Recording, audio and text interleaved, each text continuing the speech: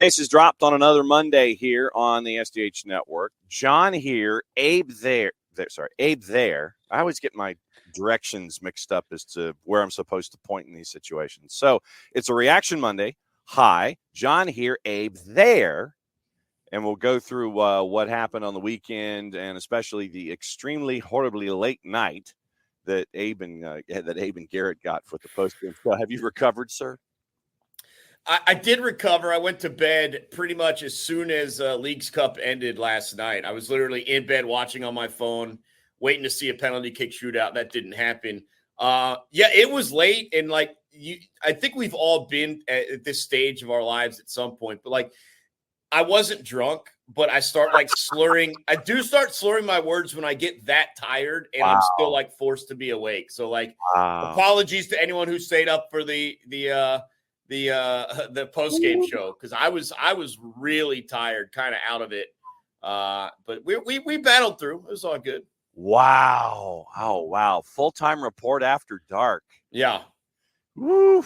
It was a late start. It was going up against LAG. You and I talked about it. We talked about it going into the week about expectations and the grid and the Eastern Conference and. For 65 to 70 minutes, we could probably cut this in half and say we'll save the offense to one side. But for 65, 70 minutes, the defense was hanging with the LA Galaxy out there in Carson, California.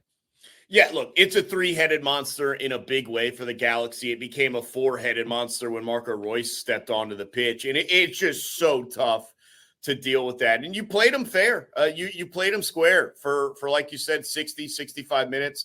The subs get made. We bring in Miranchuk. Nice to see him.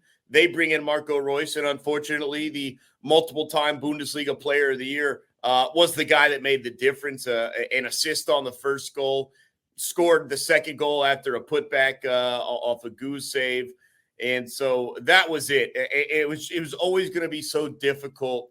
And you had your opportunities early. You were offsides twice on a couple of goals that you were able to put in the back of the net, and obviously, it was the right call. There's no debate about it, but they were called back. And so once you're into the later stages of the match and they can bring in a guy like Royce, who, look, obviously over the course of the season, he may not be coming off the bench. They're still working him in. Maybe he will. Maybe he will be a super sub. But, look, the Los Angeles Galaxy are the top team in the Western Conference. You had to go on the road after 3 weeks off and try and pair up with them. And I thought you performed well until you didn't. And it's kind of as simple as that. So relatively good effort at the start, but obviously it fell apart. And you're dealing with a couple of unexpected situations too.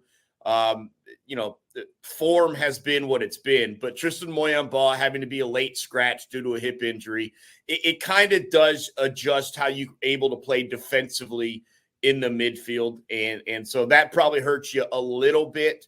But at the end of the day, as we've seen a couple of times, just not good enough in the final third. And then once the subs were made, you really didn't have much going forward at all. It was just defend for 30 minutes. You mentioned Alexei Miranchuk, and let's get right into it. He looked like he belonged, and you could see the artistry that the front office did with his time in Serie A. And so obviously, he gets his cup of coffee going up against LAG. But in the overall, what did you think about how he integrated in his debut and trying to sit there and it's like, okay, I need to find space. I need to do this. I need to do that. What did you think about Miranchuk in his debut? Yeah, it's so tough to tell because it was only a couple minutes before you kind of had to adjust your playing style and really get going forward as best you could, and that really didn't take either. I'm anxious to see him from the start of the match where he can play his way into it and not step into a kind of already developed match and the roles have been set and stuff like that. I'd like to see him play from the start. We all would, right? And we certainly understand why he came in when he did. Honestly, I didn't think he'd be in as early as he was. Because when he came over from Italy, he was just ramping up in his preseason stage. This is not a guy that has been playing a quarter of a season or a half of a season like maybe we're used to with some South American players that would come in that have been in full form. So he's still ramping up. You take the fitness level, combine that with familiarity with the teammates and stuff like that. I think that Rob Valentino had said 3 training sessions with him there. So, I mean, that's not a ton. So to get 30-plus minutes out of him, I think is pretty good. Unfortunately, I just didn't get to see much from him. It's just so tough to gauge because from when he stepped on, you just weren't moving forward that much. Yeah. And obviously that has a lot to do with the Los Angeles Galaxy and how dangerous they could be. I do look forward to him against Charlotte, though, because Charlotte is very good defensively. They're not necessarily going to put you in a defend mindset. And so this game coming up, I think, is a real opportunity for him to really showcase what he can do in the midfield, what he can do to help out the attack. I think it's unfair to grade him based on what was going on against the LA Galaxy. I don't think he had much opportunity to show what he could do. I don't think he stood out in a bad way, but he also didn't really stand out in a, oh my God, I'm so excited about this guy for the rest of the season way either. And I understand why. That's all I'm trying to lay out there is it just the opportunity for that sort of showcase maybe wasn't there against the Galaxy. Certainly not once you had gone down a goal. But I think it will be there against Charlotte. I'm very excited to see if he does go from the start this coming week. Yeah, and you mentioned basically what you can stare at from Alexei Miranchuk in a cup of coffee, basically. It's like there were a couple of offensive sets where you could see where his brain would go in certain situations like that. And to your point, I think that the matchup against Charlotte coming up is going to be one of those where I think that because of his size and his agility and his ability, he can cause problems for that back line for Charlotte. I think that the interesting matchup of, say, a Miranchuk and a Tim Ream, just to see how that integrates. I think that will be in a rivalry game with a new piece that is a part of this rivalry on both sides to see how, Alexei Miranchuk's imagination goes. To your point, I am looking forward to a matchup in Charlotte where you can make some inroads and come out with some points because you know that you have to steal some points on the road here in the run-in to stay in the playoff picture. Yeah, and that playoff picture is really tight right now. And unfortunately for Atlanta United, well, I guess, look, let's start here. Fortunately, right now, you're still in the 9 seed, right? And so you're still going to be in a play-in round if you can maintain position. Here's the unfortunate part. Where it's bunched up is not in front of you. No. It's bunched up behind you. And there's like 5 or 6 teams all within 2 points of this 9 spot. Everybody is. It's the final, yeah. Final 7 right now. 9 to the basement. 9 through 15. Atlanta's at 28 with 7 wins. That's your playoff bar. Philly, who had to go through Leagues Cup and has to play Columbus in the midweek, is right now 10th at 6 wins with a match in hand at 27. Montreal, who had an entirely different set of problems, going up against New England of all teams, is at 27 with 6 wins with 26 matches played. Then you've got New England at 26 with the win and 8 wins. So that puts them with 2 matches in hand in 12th. Then Chicago and Nashville have the same record, but Chicago is 3 goals to the better in goal difference. And then DC is 4 goals behind Chicago. So that's where we are right now, 9 to the basement, separated by that many points. Well, and here's the difficult part for Atlanta United. Think about how many games they're playing against teams above them. We talk about Charlotte coming up. You got 2 against the New York Red Bulls, who are the 4 seed. You got a midweek game against Inter Miami. They're the 1 seed right now.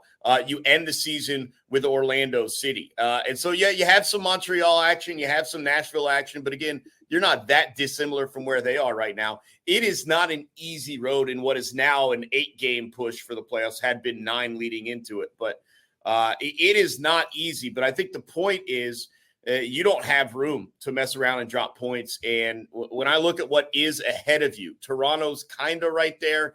Orlando City's kind of right there. I mean, you could go on a crazy run here and only jump 2 spots. I mean, I don't think that realistically you can get any higher than 7th based on the point. I mean, you're 10 points clear of Charlotte.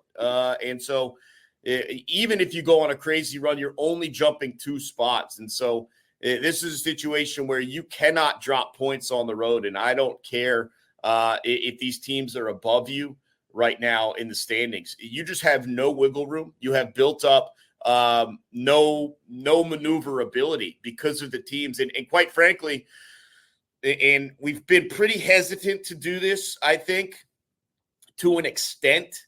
But now you really start to look at the rest of the matches and dole out, all right, we need this team to win there. Probably best if these two teams draw and split a point. Yeah, I mean, you really start to look at what benefits you and what really hurts you in opposing team matches. And we've done that on a minimal scale. But now it's pretty much every team in the Eastern Conference, unless you're looking at the guys at the real top, that you try and figure out, all right, well, what do we really need in this match to benefit Atlanta United? So you've got to take care of your business. That's first and foremost. But then you do start scoreboard watching. And so let us do the math on that. I don't need the players figuring out at halftime, if they need to win by 3 goals in this game. Or let us knuckleheads handle the math and probably screw it up anyways. But that's the point of the season where you start to look at it and you start to figure out 6 or 7 matches that all could impact positively or negatively Atlanta United along with yourselves. And I was hopeful that you could get 1 point in LA. Look, I've said that a couple of times this year, and you've come away with 3. The Columbus match, the Inter Miami Road match, and so there's always that maybe we'll surprise us for a 3rd straight time. That didn't happen, but yeah, you've now put yourselves in a position where I don't care that Charlotte is significantly ahead of you. I still view Atlanta United and Charlotte as relatively even. Mm-hmm. And you've got to find points on the road. I mean, look, this is a revenge game too. They came into your house and embarrassed you. That was the final game, if I remember, of Gonzalo Pineda's tenure. You let Liel Abada score twice, and that was it for Pineda. And so this is a little bit of a revenge match. It's also important in the run-up and in the standings. So I expect Atlanta United to really be in the right mindset, be in their best form come Saturday. Abe Gordon, 92.9 The Game, as always, batting leadoff here on a Reaction Monday here on the morning show on the SDH network. Nothing like having to do projections and math with a quarter of your schedule remaining, or 8 over 36. Yeah, that's about right. Yeah, about 9 to 36 is 25%. 8, so yeah, less than 20, 22% of your schedule. Nothing like having to do math with that much of a runway in front of you, huh? Well, the other thing, if we just translate it to baseball real quick, we're looking at what the Mets are doing behind the Braves and then a little bit what the Phillies are doing in front of the Braves. We're really only focusing on those 2 teams. But as you laid out and as we did, you're focusing on 9 teams. 2 teams in front of you, plus yourselves, plus 6 teams behind you. There's so many teams still involved at this point. And look, that's great for the MLS. You're going to have, like you said, maybe it's not really starting quite this early in terms of a bona fide push for the playoffs as they determine it. But when you get to 5 or 6 matches left, it is if you draw instead of win, you might drop 4 spots. Yeah. You might go from being in the playoffs at 9th to being the worst team in the Eastern Conference. I mean, it's really going to be that crazy. I think you're going to see, hopefully not for Atlanta United, but I do think you're going to see a lot of flip-flopping. And there could be 5 weeks and 5 different teams in that 9 seed. And that's kind of crazy to think about. So again, it's not even that you're counting the points and figuring, it's that you're having to do it for so many different teams. It really is kind of crazy, but I guess that's kind of what the league was hoping for when they added the play-in round and a play-in field, postseason field that goes to 9 teams in each conference. I mean, it is really out there, and I mean, even in the Western Conference, right? It's not quite as crazy.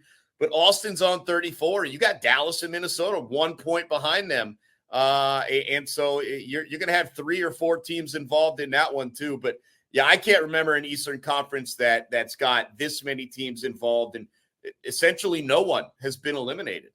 6 separated by 5 from 6 to 11 in the Western Conference. So there's more playoff spots available in that crush at the bottom of the West, whereas everyone is chasing after the play-in round in the East, which is absolutely insane as we get ready for Charlotte on the road in a revenge game coming up this week on 92.9 The Game. So now that you have officially recovered, sir, the promo plans are going to be out there, but I know it's going to be a busy week in the lead-in. I know that you kind of watched a little bit of Leagues Cup to wrap up. So what do you think of the tournament that was created by Major League Soccer and Liga MX as we put a bow on everything? Yeah, I mean, I thought Leagues Cup is cool. And, like, I'm a sucker. Like, anything that's for a trophy, I'll get amped up for. And you know me. Like, I'll watch all sorts of nonsense if there's, like, a big prize at the end of the day.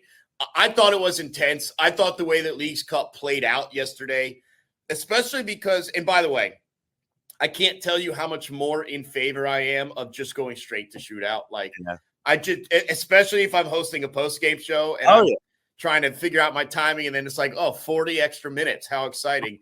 But like in any level, like, and I'm sure there's plenty of people who are opposing this and would like to see the extra time played. Just go straight to shootouts, man. Like, you had 90 minutes. Just go straight to shootouts. It's so intense. It's so fun. I'm not one of those, like, I don't like to see a big game decided by a penalty shootout, a flip of the coin, or a guess which side. No, man. Like, go to shootouts. And I was expecting that yesterday, and I was starting to get excited for a shootout that would decide Leagues Cup. But lo and behold, that was not in the plans for Wilfred Nancy and Columbus. An incredible finish to this game. I guess we're allowed to spoil it, right? Yeah. I mean, 2 goals in stoppage time. Cucho was outstanding. And it was just a super, super fun game. And it did feel like it meant something, right? Like, that's always the concern when you get to these sorts of games. It is like, does it feel big? Does it feel important? To me, even as a spectator with no rooting interest, it did. It felt big. And I think that's what's important for the leagues that are involved, is to make it feel like something. And to me, it certainly did. I don't know about the third place matchup. I don't know how much fortitude I would have had to play in that one, but I know there's the benefits of winning that one as well with Champions Cup and all that stuff. But for the championship match last night, it felt important. And I thought it was an awesome atmosphere. Like, obviously having it at home in Columbus, and then how it finished, and you saw the yellow powder and the flare, and the crowd went crazy. They went absolutely crazy. I think it's important for that as well. That cannot be a neutral site, bidded out championship game where it goes to a rotating.